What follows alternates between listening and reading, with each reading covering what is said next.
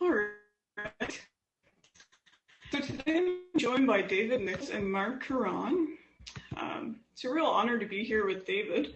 He is quite a prominent person who has done a lot of really groundbreaking work, I would say, for bringing back a relationship between people and plants. Yeah. So he's an American pharmacologist and medicinal chemist.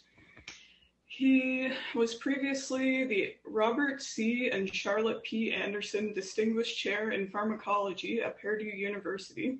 He's worked in the field of psychoactive drugs since 1969. While still a graduate student, he patented the method that is used to make the optical isomers of hallucinogenic amphetamines. He's a founding president of the Hefter Research Institute, named after the German chemist Arthur Hefter, who first discovered that mescaline was the active component in the peyote cactus.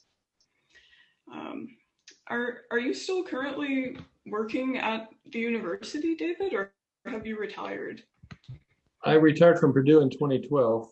I continued consulting for pharma on their patent cases, and I've done a little research. I'm currently waiting on a reagent to come in before I go back in the lab. There's one project that I still want to finish up, and I've been waiting like for 2 months for one of the reagents that I need to come in. So when that comes in, I'll go back in and I'll do some more lab work. And then I keep in touch. The lab director, Brian Roth, has group meetings every Wednesday at 3:30, and so I tie in there and offer what little advice I can offer. And am still involved in one big project they've got characterizing a big library of psychedelic compounds. So, David, I'm always curious, what got you, especially as an academic and a scientist and things, what got you into psychedelics in terms of the study of these, plants and chemicals in some cases? Well, I was always interested in the brain/mind, and my parents didn't have enough money to send me away to school, so I lived at home and I commuted over to University of Cincinnati. But all my classmates, I graduated from high school in 1962. My classmates mostly went to University of Kentucky, and that was 80 miles south, so they'd come home on weekends and they'd give me all the chatter that was going on. And they started talking about LSD and smoking reefer. I said, smoking reefer, what? And I said, what, marijuana? That stuff's addictive and, dangerous. And they started laughing at me. And I didn't like that very much. So I bought an old used book on Solomon's pharmacology and found out that marijuana was basically one of the most benign psychoactive drugs ever used by humanity. So then I just started thinking, maybe we've been sold a bill of goods in a lot of these things. So I started reading up more on psychedelics, mescaline especially, but there was a theory that the CIA was infiltrating all the campuses to find out who was making the LSD that was showing up. And so that was 1963, 1964. So that really got me curious to begin with. And then I became a sort of drug expert for all my friends because I got this book in pharmacology. I was working on my bachelor's in chemistry with a minor in biological sciences. So I had, with my interest in basically physiology and the human mind, when a new drug would come out, STP came out in 1967, and no one knew what it was or where it came from. And so I talked to him, this is like some years later, but I basically was sort of their local source on legitimate, not fake news, but legitimate news about drugs. And then I just thought, I should go to graduate school and maybe study these more intensely. Nobody in my family had even graduated from college. So when I got my BS, I was working for a fellow at the time. I worked my way through, actually finished my bachelor's degree at Evening College, University of Cincinnati Evening College. And I worked in various industries in Cincinnati. And the one I was working on when I got my BS in 1969 said, you should go to graduate school. And I said, graduate school, what's that? He said, well, you've done so well. And he had a graduate degree and a postdoc, and he said, you're as good as any graduate student I've ever seen. So he helped me figure out what graduate school was and how to apply. And then I thought, well, I'll go to graduate school and study psychedelics. And there was nobody actually doing that. I couldn't find anybody. I had the director of graduate research, and I couldn't find anybody that was doing any research. But at University of Iowa, there was a guy named Joe Cannon who had been studying atropine-like compounds. And I think he had a Defense Department contract because you could spray atropine or something over the foreign troops, and they would just be blitzed out and non-functional. So I thought, well, that's as close as I can get. And then when I got to University of Iowa, I got accepted into their graduate program. And I went to talk to Joe Cannon, and I had all my communications had been with him, and he'd actually applied for, and I'd received an NDEA Title IV scholarship. So an NDEA 4. So that meant my tuition was paid, all my fees were paid. And he said, even though we have communicated back and forth, you can work for anybody in the department that you want to work for. So it was a small department, and Joe Cannon sort of didn't interpret my ambition correctly. I had been married with a young child, and it had taken me 7-8 years to get my bachelor's degree because I worked in the daytime full time and went to night school. And for me, graduate school was going to be kind of a vacation where I only had to take 1 or 2 classes and do laboratory work. And that was kind of it. So he offered me a project on a substance called apomorphine.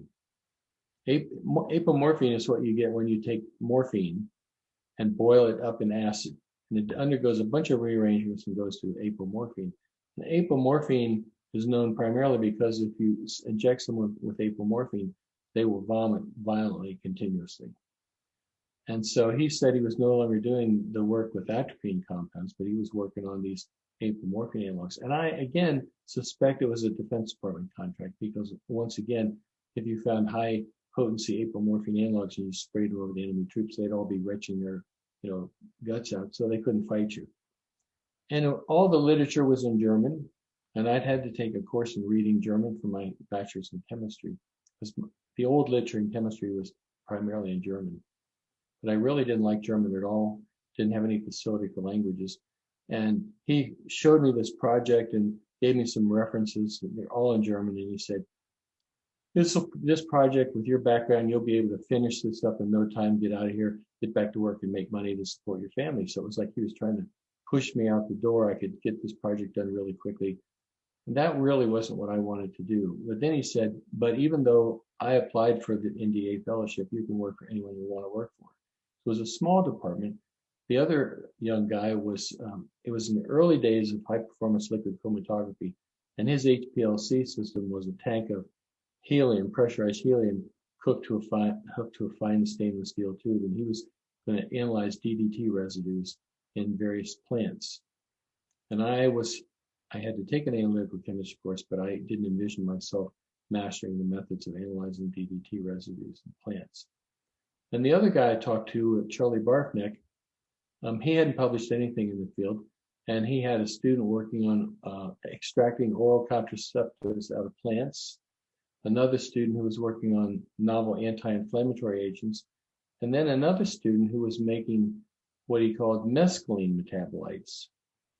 So that immediately caught my attention. And mescaline metabolites, so mescaline is basically not metabolized very much in the body. And so I said, well, what's this guy doing? So he explained what he's doing. Well, Sasha Shogun had come out with a paper in 1969, Structure, Activity, Relationships of One-Ring Psychotomimetics. It's published in Nature. And I had got that because I had all the literature, because there wasn't much on psychedelics, or as they called them then, psychotomimetics. So he started talking about this, and I knew chapter and verse of everything that Sasha Shogun had done. And this student had done some really stupid things in the lab, and it actually caused a fire by using a large quantity of this reagent, a pyrophoric reagent. And as a result, he caused a big fire, and the department had set regulations that nobody could use more than 1 gram of this. He'd used a whole bunch and caused this fire. I didn't even know that. But then when I saw what he was doing, Professor Barknick showed me, well, this is the reaction he was running. And I said, why is he doing that? This is a dangerous reaction. He could do it much more simply with this other reagent and solve it. And I said, oh, really? So, yeah. So quickly, he realized that this student really didn't have a handle on what he was doing. And I knew a lot about it, and I had a fellowship. So I wouldn't cost him any money. There would be no cost to his research program. In addition, he would get some amount of money for his own office supplies as my mentor, and then another bolus of money, which would pay for my research expenses. So I was like a freebie. I'd worked in industry for 5 years. I ran all kinds of reactions. I had top references. Where I worked, I was rated as the top rated technician in the section where I was working. So he thought, this is a good deal. He turned me loose in the lab and just basically let me do what I wanted to do. I'd come in and say, I have this idea. What do you think? He said, well, that sounds like a great idea. Go ahead. And so it was a lot of fun for me. I think I get 15 or 16 publications as a graduate student. Then was hanging out over in the pharmacology department at the same time, because the department head had a collaboration with J.P. Long, who was the head of pharmacology in the medical school at Iowa. So while I had reactions running, something would be boiling in the hood, or I'd be waiting on something to happen. I'd walk next door to the medical school and was kind of a pharmacology groupie for a couple of years till I finished up my PhD. And then I'd made a compound that was hard to make for the department head. Had a student who was going to go to medical school and get an MSMD. And he had one last compound that he hadn't been able to get to finish his master's thesis. And this student that was working for Dr. Barknick that had caused the fire was trying to make the compound and had bungled it a number of times. And so I was talking to this student in pharmacology and asked him if he would assay some of the compounds I'd made. And he said, if you can make this compound for me, I'll assay your compounds. So I went over and I made it basically over a weekend. And when I gave it to the department head, I met him in the hall and I said, oh, here's the compound that Jim wants. And I had put a label on it. Back in those days, they didn't have word processors. They had rub-on letters, plastic sheets with letters and structures. So I made a label and I put the chemical structure and the name, and it was like 10 or 12 grams. It was a huge amount of this stuff. And they were big crystals. They looked like rock candy almost. And I put the name of the chemical company was the Sheer Grace of God Chemical Company. And so I gave it to him and he looked at that and he just broke out into a horse laugh when he read that Sheer Grace of God Chemical Company, because he hadn't been able to get this compound for a year. So I hit him up at that moment. I said, do you think I could get a postdoc in pharmacology? And he was the head of the department. He said, yeah, I think we can work out something for you. So I defended my thesis in basically January of '73. And then I went over next door to the pharmacology department and did a postdoc there and did pharmacology, whole animal pharmacology, rat, mouse, cat pharmacology, wrote some statistics programs for analyzing, and basically became conversant with pharmacology. So I knew both. And that actually helped me when I went to Purdue in '74, because they wanted somebody who knew both pharmacology or biology and chemistry. So I had mixed it all together. I had chemistry followed by the pharmacology, structure activity relationship. So, and actually the consulting I've done after 2000, while I was still at Purdue, and even until about a year ago, I consulted with Big Pharma protecting their patents. And I was recognized by the courts in US, in Australia, in UK, and in Canada as an expert in both chemistry and pharmacology. So I knew the chemistry, but I could understand the pharmacology, and the pharmacologist maybe could understand the pharmacology, but usually wouldn't know the chemistry. So I could straddle both fields. So it was an interesting experience. I learned a lot, and it complemented the other things I'd done. And I ended up actually having mentoring students in both pharmacology and in medicinal chemistry at Purdue. Wow. That is an amazing background and a history. And, in studying these things, did you, especially in the 60s and 70s, was there a time that you experimented with them yourself? That actually would have happened before I went to graduate school. In graduate school, I was pretty careful. Before I went to graduate school, with some of my high school friends, we got together and we'd made a small amount of mescaline, and also had made some what was called STP, which neither of those were illegal at the time.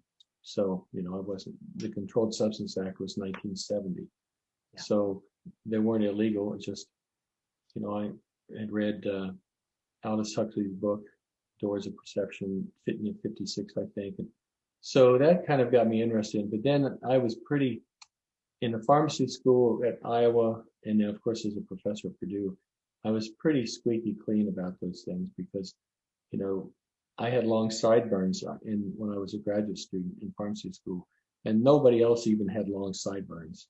I have had a beard since I started at Purdue, I guess.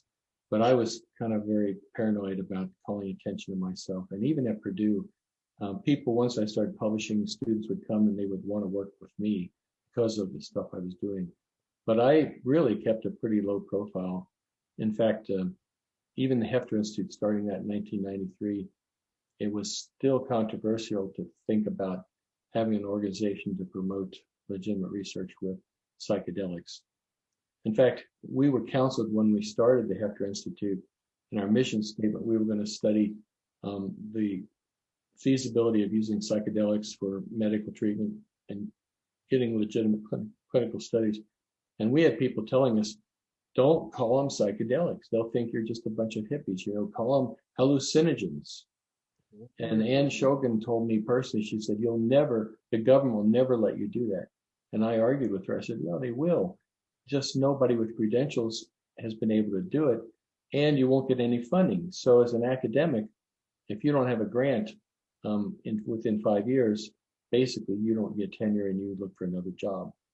And I kept doing the things when I went to Purdue myself for the first couple of years, working on mescaline analogs. And the department head finally came and said, look, this is not efficient for you to be working in the lab yourself. You need to get a grant so you can get some hands in the lab working on your ideas. I had no idea what a grant was because my Barkneck at Iowa had never had a grant. Or he applied for some, but they hadn't been funded and I hadn't seen them. So I didn't even know what a grant was. And it took me a while because the first person that showed me a grant showed me this big, thick document that had a complete history of ergot alkaloids in it. And it was 150 pages long. Plus about the size, it was about the size of my PhD thesis. And I thought, Lord, if I have to write something like this to get money, it's going to be like writing my thesis all over again. And I had just finished that. So then another colleague, fortunately, Jerry McLaughlin in the department, I told him, and he said, oh, John always writes these big treatises. Now, here's a grant I got funded. It was really tractable. It was a quarter of an inch thick, 60 pages or something. So I wrote a grant, and I actually got it funded pretty quickly, which was kind of a surprise because in those days, you didn't really have to have strong data proving. You could write up a grant based on a hypothesis. And so I had a hypothesis about how mescaline analogs related to the structure of LSD. It was just a hypothesis. We didn't have any data. You couldn't have gotten it funded today, but back then I got it funded pretty much in the first try. And I managed, and it was funded by the National Institute on Drug Abuse. And that grant, I was able to renew it through many cycles up through the 28th cycle. And then I got a director's grant for another year for the 29th year. So I had 29 years of funding from the National Institute on Drug Abuse. Had I not gotten that first grant funded and been able to get it funded, I probably would not have continued in the field because you had to have grant funding. I worked in another area, it was called dopamine analogs. And we were looking at dopamine analogs that stimulate a receptor subtype called the dopamine D1 receptor. That turns out to be really important in treating Parkinson's disease. And nobody had targeted that. They were all targeting the wrong receptor, the D2 receptor. So I had a program to develop D1 agonists to stimulate the D1 receptor that was funded for about as long as the hallucinogen grant, psychedelic grant. And I could have, when I retired from Purdue, I could have written a renewal for that because I'd been getting that funded every time. But I just decided, okay, I'm going to retire. That's enough. I'd gone through a nasty divorce and I was 64 years old, so I thought, I'm tired of beating my head against the wall. So I was lucky. I was funded all those years, and if you wanted to have somebody come to your institution and talk about psychedelics. So I had to call them hallucinogens for a long time. If you wanted somebody to come to your institution and talk about them, I was the person. I was at Purdue University, big name, Big Ten university, kind of in the middle of the Bible Belt. So, I could go give a talk about psychedelics, and I would fill up the auditoriums. Many times I gave a lecture on psychedelics to some medical school, and my host would come up afterward and say, "We've never had a crowd like that. There's a lot of interest in this field." It was a lot of fun. Yeah, well, it's certainly an interesting subject matter. Wow. Mhm. Well, Yeah. it's always been interesting. Yeah. And someone asked me at one point some years ago, and I've told this before, why are you interested in psychedelics? And I said, well, just think about this. You take an example of LSD, you take a microscopic amount of it. You take it orally, it gets in your body, it diffuses in your brain, it stays for a few hours and diffuses out. And for many people, they never see life the same way again. How is it possible that a small molecule can change your perception like that? What is going on? And now, of course, we know they really reset your whole brain dynamics system. But if you think about it, how is it possible that a molecule can change your perception like that? People who have been in dead-end jobs or unhappy marriages will take a psychedelic and all of a sudden completely change their life. So these are powerful substances, and for healing and giving you new perspectives. Well, and that's the same as DMT, like such a minuscule amount. And, it's amazing what that does and how people have such similar experiences as well. It's not as potent, of course, 50 to 75 milligrams of DMT smoked, whereas for LSD, it's a tenth of a milligram, 0.2 of a milligram. So there's a vast difference in potency from LSD and all the others. But yeah, it's still a small amount that has a huge effect, right? 5-methoxy-DMT, 10, 15 milligrams. Mm-hmm. That's, I've heard people say, and I would agree that 5-methoxy-DMT may be the most powerful psychedelic known. Agreed. It's also quite interesting how it's apparent in most living things. Is that right? Like some things has a higher concentration than others, but is that DMT, true? it turns out to be in a huge number of plants. It's also detectable in trace amounts in human cerebrospinal fluid. There's a whole controversy that was started. Rick Strassman speculated that DMT was produced at the moment of death or birth, and it was physiologically relevant in near-death experience. And I actually have disputed that pretty extensively and said, no, I don't think so. It's there. It's a byproduct of metabolism, but it never achieves concentrations, in my opinion, that are high enough to really do anything. But it is curious. It's there. It's derived from tryptophan, which is, one of the essential amino acids. So then I guess my question is when you take a look at, say, holotropic breath work and have psychedelic experiences, is that, some people have said, and I've heard it said that, it's releasing DMT or producing, or it's a DMT experience. Yeah, I think when you do holotropic breath work, the evocative music and the hyperventilation will produce those states. Years ago, they used to use something called carbogen. Hal Hubbard used carbogen years earlier, which was inhaling carbon dioxide, and you have these out-of-body experiences. You don't have to invoke the formation of DMT. That just happens when you change the metabolism of the brain. But there's a lot of, there seems to be a lot of people that think, oh, whenever anything happens, it's got to be DMT that's produced, and that just isn't true. There are many other things that can be produced. Endorphins, for example, if you're under stress, runner's high, that's known to activate opioid receptors. There's the kappa receptor that's stimulated by salvinorin A specifically. And if you activate, if you have stress, you can produce endorphin, which activates the kappa receptor. So there are a lot of natural substances that are a lot more potent than DMT. The endorphins are more potent than DMT, which could produce those effects. So I think it's a popular meme. You can write books and get movies and things about DMT, but I don't really believe it's at the center of all this. And I think in meditative states there are things that can be done, but where long-term meditators can achieve kind of a nirvana or out of body. And I don't think you have to invoke DMT for that. There are just normal physiological changes, maybe some changes with endorphin production or something. But So do you think that the production of endorphins in one's body can produce similar effects, and it wouldn't be because the DMT was causing it? They're produced independently. There's no relationship between endorphin production and DMT.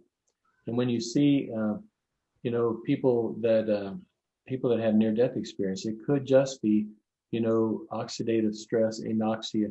Stress itself will cause the production of endorphins.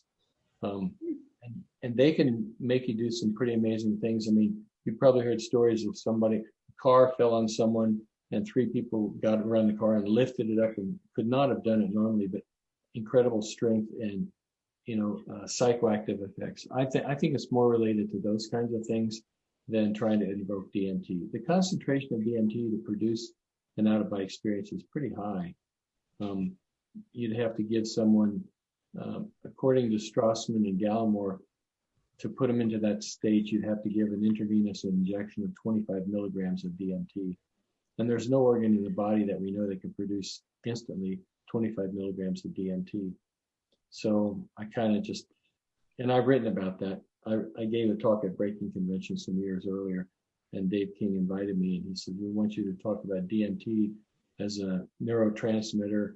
And I said, "Well, I don't believe it is." He said, "Well, that's why we want you to come." So I gored a lot of people's bowls when I get up and gave that talk. They didn't like it, but some people did, because I basically use scientific logic. Interesting. So I've seen that you've done quite a bit of research in serotonin. What kind of sparked your interest in that field? Well, I mean, psychedelics activate serotonin 2A receptors. There are 13 different types of serotonin receptors that are involved in all kinds of things. But of course, the serotonin 2A receptor is what's expressed on cortical pyramidal cells. And those are kind of the computational units of all your executive function. If you imagine your cortex is like a massive parallel processor, the electrical properties of all those pyramidal cells are modulated by serotonin 2A receptors. So when you take a psychedelic, you change the gain of those cells. So they respond with lower signals. And of course, we know it disorganizes the normal brain architecture and resting state networks. So, but serotonin, the 3 classical monoamine transmitters, dopamine, norepinephrine, and serotonin. Norepinephrine is involved in a lot of cognitive things. Epinephrine itself is responsible for the fight or flight reflex. Dopamine is involved in, and I worked in the dopamine area too, is involved in reward and movement. And so serotonin is involved in, emotion and eating and memory, a whole host of things. So, and serotonin 2 receptors extend back through evolution into single-celled organisms. So it's something that nature found, and in evolution, when nature finds something that works well, it's generally kept into the next higher level of evolution. So the serotonin 2A receptors were recognized to be useful all the way back into single-celled organisms. So nature must have thought they did a good job, because we've got 13 different kinds of serotonin receptors in our bodies. Do you think that when we go through life when we're really young, that sometimes, if we have traumatic experiences or really good ones, it kind of shapes our perception of how we see ourselves in the world? And maybe that has something to do with the serotonin receptors and neural pathways and then we can kind of disrupt that. Well, your brain is not really completely formed until around age 26. And obviously, when you're a young child, your personality, they say, is 75% formed by the time you're about 2 years old. So if you were raised by abusive, alcoholic parents, it's going to definitely change your outlook on life. And if you're raised by really nurturing, supportive parents, it's going to, if you lose a parent to death when you're a young child or even a teenager, it affects people dramatically. Traumatic events really can affect people's uh, perception. So look at PTSD, people that have served in the military, or say women that have been raped, or people that have been traumatized by violence. MDMA is really effective because you can go back and using talk therapy with MDMA, you can break that connection between the memory of the event and the affective component. So you can remember it without feeling it again. So those connections stay with you. I think most of us probably have subroutines running around in our brains that really determine this. And it's the unconscious. If you want to say what it is, it's the unconscious. Those things are running around in everybody's brain. Yours, mine, Mark's. They're really determinants of our personality and how we behave and how we interact with other people, and the nature of our warmth and openness and all those things. They're part of who you are, and they're running around. There's subroutines that are running around determining who you are basically. And of course, psychedelics. Stan Groff has said psychedelics are non-specific amplifiers of unconscious processes. So I think that's probably true. Things that you don't focus on normally because you're thinking about, where you have to be in the next hour, where you have to be tomorrow, what you're going to eat, all those things are at the top of your mind. And you're not thinking about things that happened to you with a child necessarily, or some traumatic event, or why something else is happening. That's all suppressed because you don't need it to survive. And then you take the psychedelic and all this stuff bubbles up to the top. You say, oh my God, that's why I'm so addicted. That's why I'm addicted to this, or why I did that. You can make the connections.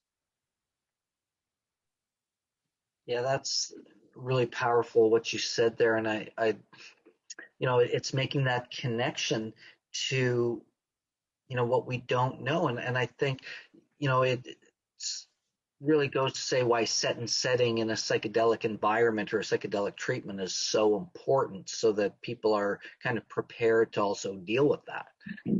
It's my belief that sometimes when people are having these bad trips because they're going out, partying and being recreational, taking LSD or mushrooms and things, they're not prepared for those things to happen. They take too much, they've had a bad day, whatever it might be, and next thing you know, it amplifies all of that they're not prepared for. Is there some truth to that, do you think? Yeah, when I taught a class on drug abuse to the pharmacy students at Purdue, and when I talked about psychedelics, I said these are the only drugs known where set and setting determine the outcome, and your set your expectations, setting the environment. I said if you get a gram-negative infection and I get a gram-negative infection, we can anticipate that the same antibiotic will work for both of us. But I said, imagine somebody, they've read all this literature about psychedelics that can produce spiritual experiences and make them feel like they're communing with God, and gives them profound insights. And they read all this literature and they go, wow, this sounds really interesting. And so they go to some quiet setting, a church or synagogue. They listen to some evocative music. The probability they're going to have a spiritual experience is very high. Take the same drug and the same dose and go watch a Friday the 13th or Freddy Krueger movie. And the class just breaks out laughing because and I said, you will not have a spiritual experience. So it really, I think that the preparative therapy for people who have depression or addictions, especially things like that, the preparative therapy is really to get bubbled up to the surface. Like when did you remember first starting to drink? When did you realize you had a problem drinking? And were there any things in your life, talking about, your relationship to your parents and siblings and all that? Then you take the psychedelic and boom, all that stuff is there. So because you primed the set, you put them into a setting where it's all internalized. They're wearing earphones and eye shades. So the whole experience is internalized. So all these things that they've been primed to think about bubble up to the surface. Or someone at the end of life, a cancer patient who is facing the end of life, an existential crisis. All the stuff, you prime them, like, let's talk about your siblings and, what things are you proud of in your life and what things have you done? And, did you have a happy marriage and da. And then end of life comes and all this stuff comes bubbling up. And so in some of these studies, Charlie Grobe, and some of the patients he treated, they just had these amazing experiences, and patients who had become estranged from the family. I think some of the ones from New York University that Tony Boss has talked about became estranged from family, and then this experience happens, and they realize, I want to reconnect. I want to get back to my brother. This is crazy. He's somebody I should be close to. So it really changes people's priorities and perspectives in a good way if it's done right.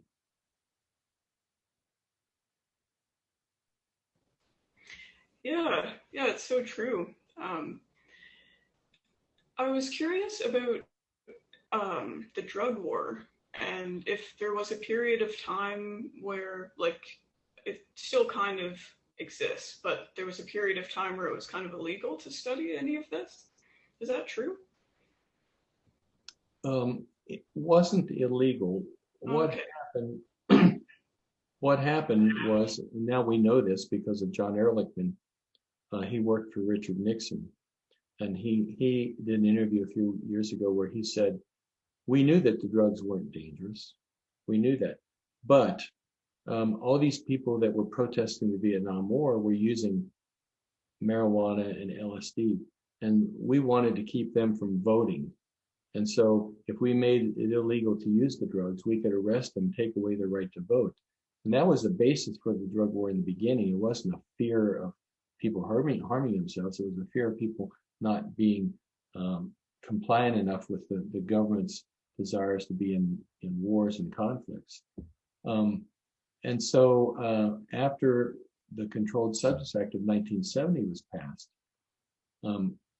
clinical studies just dropped off. It had something to do with funding, but remember, the funding agencies were driven by politicians. And so there was the press jumped on board and talked about how dangerous these were. This is your brain on drugs, and somebody fries an egg in the skillet and it sizzles and all. So people were essentially brainwashed into thinking how dangerous these were. And of course, they can produce psychological problems, and people shouldn't be using them unless they know what they're doing or they're done under supervised conditions. But they weren't as dangerous as all that. And then Sandoz, in order to use LSD, you had to access what's called the drug master file. The drug master file has all the information about how the drug was synthesized, its purity, all its properties. And so anybody who was doing a study with LSD had to be able to access that information, the Sandoz drug master file. And it became so controversial with all these people using LSD, it freaked the people of Sandoz out. And somewhere around 1969, or maybe a little bit earlier, they refused to let anybody else access the drug master file for LSD. So that cut it off, even before the Controlled Substances Act. And then the Controlled Substances Act made it very controversial. And then, of course, government agencies were not interested in funding.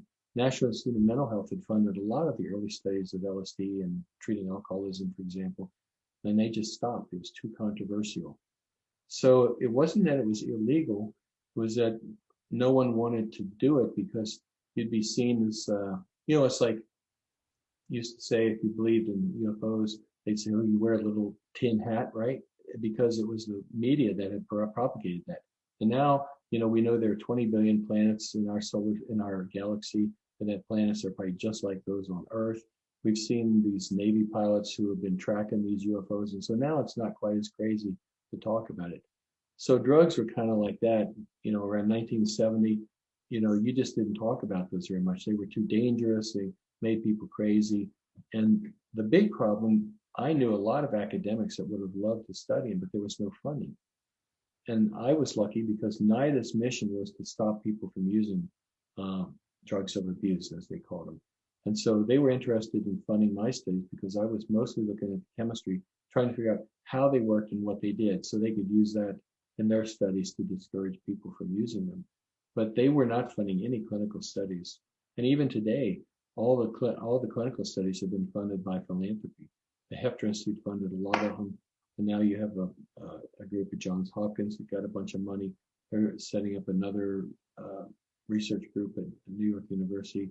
Yale is setting up a group. And these are all being funded by philanthropists because the government has not yet, and I think they're coming around to it, but they have not yet started funding. If you start seeing government funding, then you'll see psychiatrists applying and getting multi-million-dollar grants to study the use of psilocybin in treating depression and how it works, etc. But so far, it's all been by just dedicated people that and philanthropists who thought this is something that should be studied. So it wasn't really illegal. It just wasn't possible to do it. MAPS comes to mind too when you mentioned the number of all the private funding, and I don't know Rick Doblin, but I know the work that he's done. I know Mark Hayden up here in Vancouver, who is part of MAPS, and he said he spent most of his time always looking for the fundraising of private contributors to really fund the research, and how important it was to get good, proper clinical research that Big Pharma is not paying for because of that other side of the story there. But I think it's such important work to get these clinical trials to prove to the mainstream, because they need that versus somebody else who can go in, have an experience, they got the result, they know, right? Yeah. But then we need to back that up with science also. You need randomized controlled trials, RCTs are called. That's the gold standard. And from the 1962 drug amendments, FDA requires that any drug that's marketed be shown to be safe and effective. Well, you can show that most of the psychedelics are safe, but how are they effective? You have to demonstrate efficacy. And the early studies weren't done, under using strict criteria. And so there was no clear study that was published that said, okay, LSD definitely does this, or psilocybin definitely does this. And that's what the studies are doing now. They're providing medical use. And that's what it takes to get them out of Schedule 1. Schedule 1 is 3 prongs. High potential for abuse, which just means that they take them without a prescription.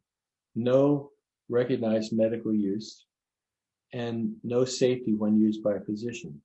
Well, we know that 2 of those prongs are just, they don't have high abuse potential. Psychedelics are not, people don't take them like you take heroin or fentanyl. And they're safe to use under medical supervision. So demonstrating that they have a medical utility, and that's what all the trials, that's what the phase 3 trials are for. For MAPS, phase 2 trials so far for psilocybin and depression, they're all to demonstrate efficacy, because the FDA decides, you present the data to the FDA, and they look at, was the study designed properly? Was it randomized? Did you have a placebo control?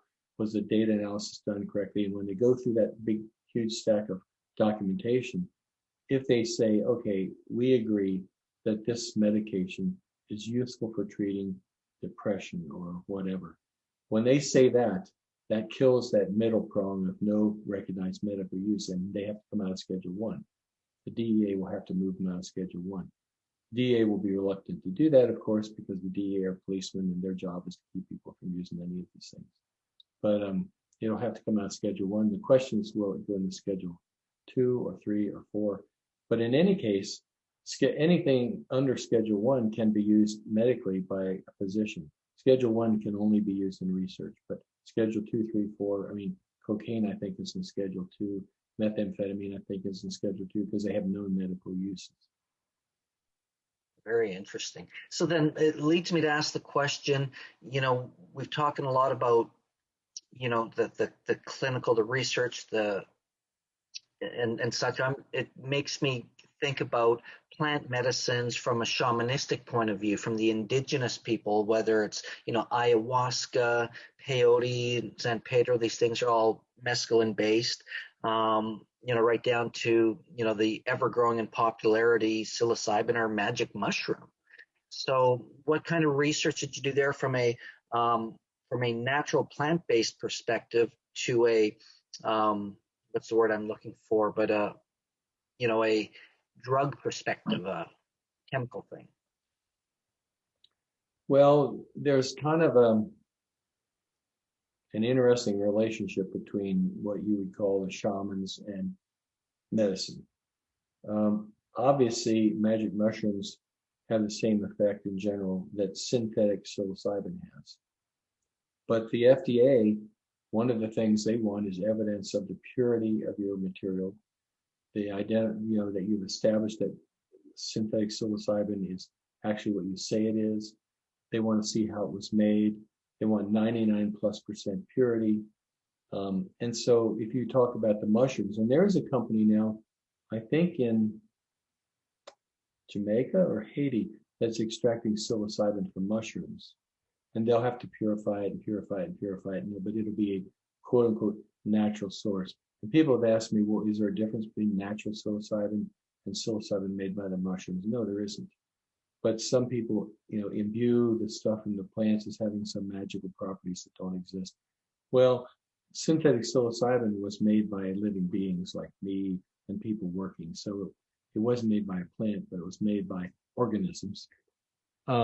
And of course, ayahuasca, a big problem with ayahuasca is it's an admixture. It's an extraction of Banisteriopsis and Psychotria. So there's a lot of shit in there besides DMT and beta carbolines. So people have said, we should have the FDA work to, approve an ayahuasca preparation. In my opinion, that ain't going to happen. You might have a pharmahuasca where you have a pure beta carboline and pure DMT in a certain mixture. You might get that approved by the FDA, but they want to see pure materials, pure substances.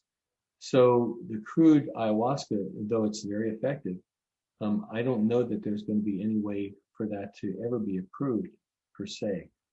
So you've got this bridge between people that are sort of opposed to synthetic materials and they're more kind of aligned with big pharma.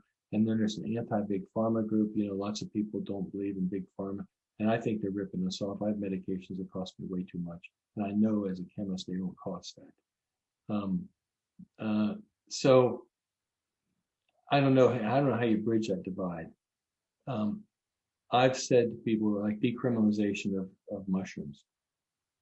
I approve of decriminalization, but I don't approve of legalization because people can have acute psychotic episodes and can be damaged and can do dangerous things and injure themselves and other people. They're not benign. It's not like cannabis. And even cannabis, I had a woman tell me years ago, she got some super potent cannabis someplace out in the Bay Area. She says, I can't smoke some of this stuff. I take one token, I just feel catatonic. And other people, if it's really potent, they have a panic attack.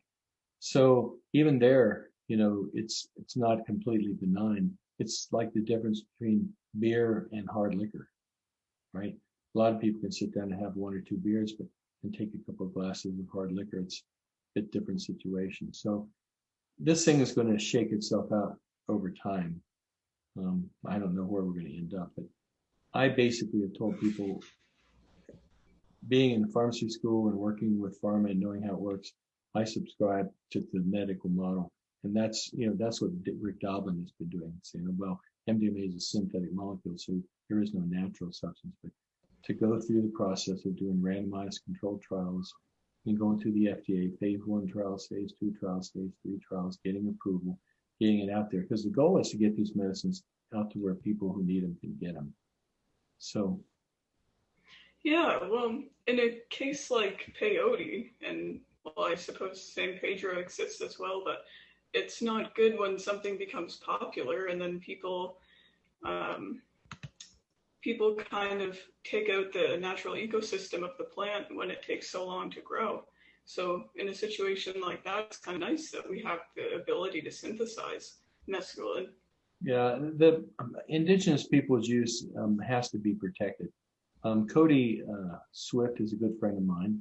He was on the board of Hefter, and he has a big project in Texas. He bought a big piece of land, peyote restoration, where they're taking this land and they're growing fresh peyote and planting it. People that were coming down and just digging these plants out, the Indians don't dig them out. They cut the tops off and leave the roots, and then the roots would bud out and put new tops out. So they were basically destroying it. In Southeast Asia, I'm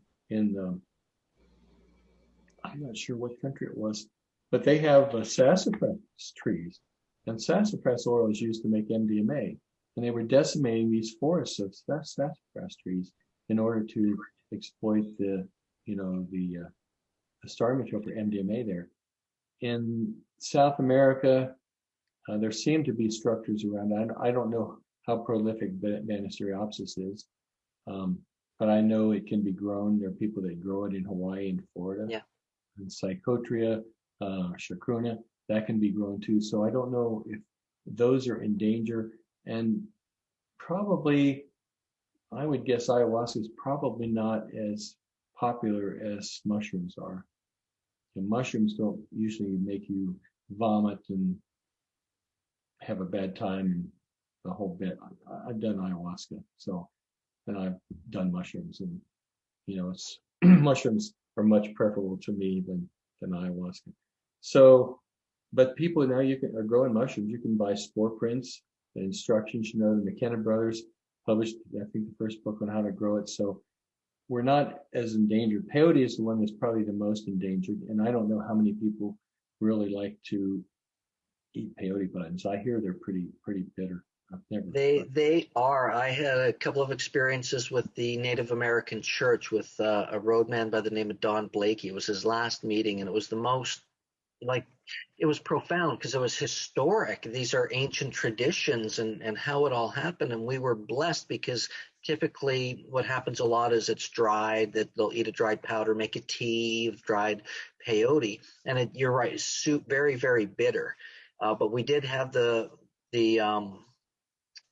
opportunity to eat fresh peyote that this fellow had grown. He was a roadman, and it was auspicious because it doesn't have, like everybody in the meeting of the church said, this doesn't happen very often, that we get fresh peyote because of exactly the things you're talking about. And it's not necessarily the most palatable. Neither is ayahuasca, of course. Yeah, and it depends on the ayahuasca. Some of the ayahuasca that's out there just isn't properly made. And I've argued with people, they say, oh, you have to purge. That's part of the process, purging the bad spirits out and everything. The ayahuasca that I tried didn't really produce purging.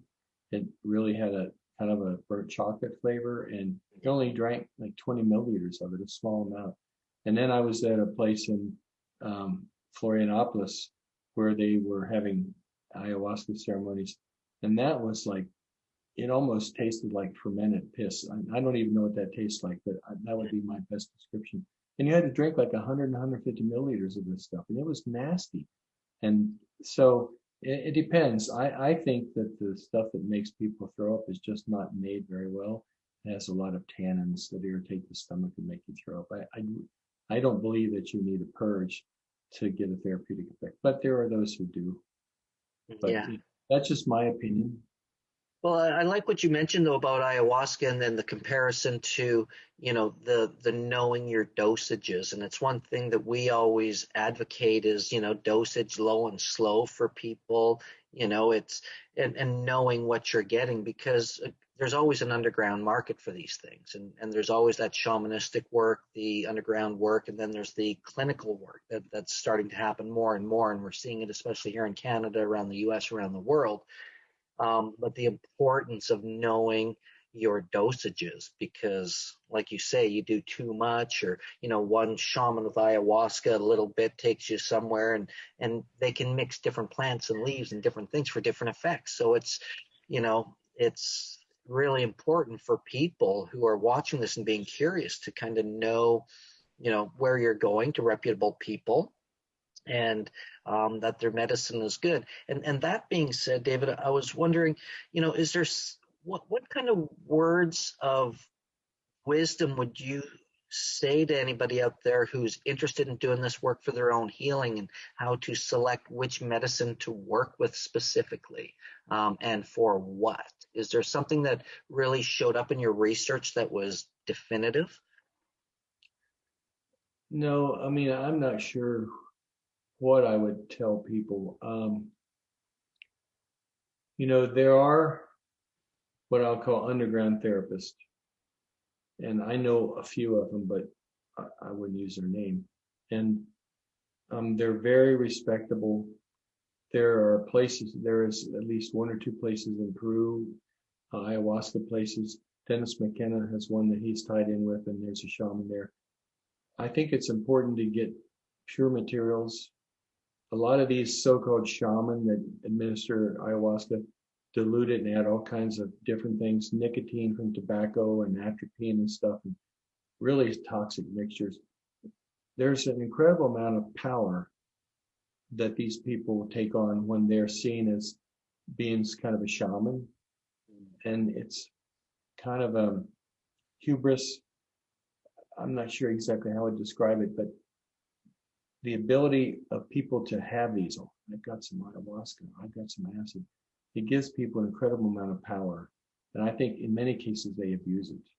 And so if you really needed treatment for something, you know, if you really wanted to, you felt like an ayahuasca ceremony in Peru was the thing to do, you'd really want to check and talk to a lot of people, do a lot of reading, talk to people who've been to those retreats, find out what's involved, and really be serious about it, and not take it, you know, as a trivial exercise. And find people who have who are responsible and who are well respected in that community. You know, it's difficult because these psilocybin, MDMA, they're not going to be approved as medicines for 3 to 5 years anyway. You still have people that are suffering all the time. So like the initiative in Oregon to decriminalize mushrooms, even in that situation where you won't be arrested for using mushrooms, you can't sell them, but for using them, you still would want to set it up and do it in a ceremonial way, to have someone who is experienced with these to talk to you about what could happen, how it could happen, and to be prepared and be in the right kind of a frame of mind, in the right kind of environment. So I can't really talk, I can't advocate for people to do it sort of, well, it's called recreation. It wouldn't be recreational really, but just if people are going to experiment or attempt self-treatment, they really need to read a lot of literature, talk to a lot of people, and really understand what these things can do and what the real risks are. Absolutely. Thank you for that. Yeah, I think that's important to mention as well. And that's kind of why I feel passionate about this coming into a non-stigmatized place. Because if something isn't stigmatized, then the proper setting and information about the plants or substance can be available to people to educate themselves on, rather than it be taboo and people just kind of be maybe a little ignorant and not be aware of what they're participating in, and perhaps have a really negative experience that wouldn't be beneficial for them if they do their research and take it lightly. Yeah, decriminalization. You know, if you have an encounter with the police, it can turn really bad if you're taking a psychedelic. It can turn into the worst trip of your life. In fact, I just testified a couple weeks ago in a trial, Zoom testimony of a guy who had taken LSD in South Haven, Mississippi at a widespread panic concert and had a bad trip. And the neighbors saw him running down the sidewalk, you know, acting crazy. They called the police. The police came, sicked a canine on him, tore into his wrist, and that didn't get him down because he was out of touch with what was going on. Then they hit him with a taser in the back, and that didn't take him down. So then they jumped on him, they handcuffed him, ankle cuffed him, tied him together, and hogtied him. He was hogtied for 1 hour and 20 minutes. He died. It's illegal in Canada to hogtie people. In most states, it's illegal to hogtie. It's illegal in Mississippi where this happened, but the police said they didn't hogtie him. But video observers took video showing he was hogtied, and he was hogtied even in the hospital where he eventually died. They tried to claim that LSD had killed him. And I testified and I said, no, the LSD didn't kill him. He would have been alive if he hadn't had this encounter with the police. So, but getting back to the point I was making, if you're sitting in a circle listening to Eastern music and meditating on the effects of some mushrooms, and it's illegal to use these mushrooms and the police break in, it's going to be devastating. So at least in these places like Oregon where it's decriminalized, they have no basis to break in on you and do something like that. So people can get very paranoid about police intruding in under the effect of a psychedelic. And I think in the earlier days, paranoia was a big part of it. The Buffalo Springfield's word. paranoia runs deep into your heart. It will create. I mean, paranoia about using these drugs was a pretty dangerous thing. It made potential for good trips. You had to be in a place where you knew the police couldn't find you or get to you to really be sure that they wouldn't come in. So, Wow. Yeah, it's so true. There's so many facets to this conversation. There's so many components to it, and yeah, I really appreciate you telling us some stories about your life and your education and what you've been researching. Is very fascinating and educational for myself. Yeah, and I'm sure Mark had a wonderful time listening to what you had to say today as well. Oh, incredible, David. You've got such a history of information and experience and wisdom in this subject field. I feel like I could just talk to you and pick your brain all day. well, you're not going to get that much time. No, of course, I know, but I just wanted to say that, I'm just grateful for you taking the time out today of your day to have this conversation with us and share your wisdom, your experience really through the decades of the research of, the power and potential of psychedelics. So thank you for your work, and it's really much appreciated. Yeah, you're welcome. I'm glad to do it. The re-education is what has to be happening now, so that people understand that these things, are not the bane of civilization that they've been painted to be.